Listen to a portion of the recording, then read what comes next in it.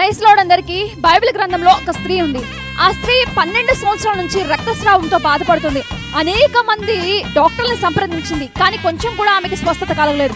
అయితే యేసయ్య గురించి విని యేసయ్య వస్త్రపు చెంగు ముడితే చాలు నాకు స్వస్థత కలుగుతుందని చెప్పి రహస్యంగా యేసయ్య వస్త్రపు చెంగు ముట్టింది.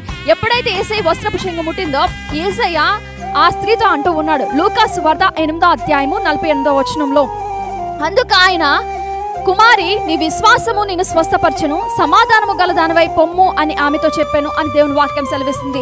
ఆమె నమ్మి విశ్వసించి యేసయ్య వస్త్రపు చెంగు ముడితే చాలు నాకు స్వస్థత కలుగుతుందని యేసయ్య దగ్గరకు వచ్చింది కనుక ఆమె విశ్వాసమే ఆమెను స్వస్థపరిచింది, ఆమెను బాగుపరిచింది.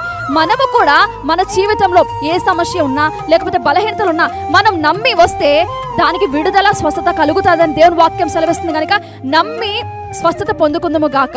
ఆమేన్.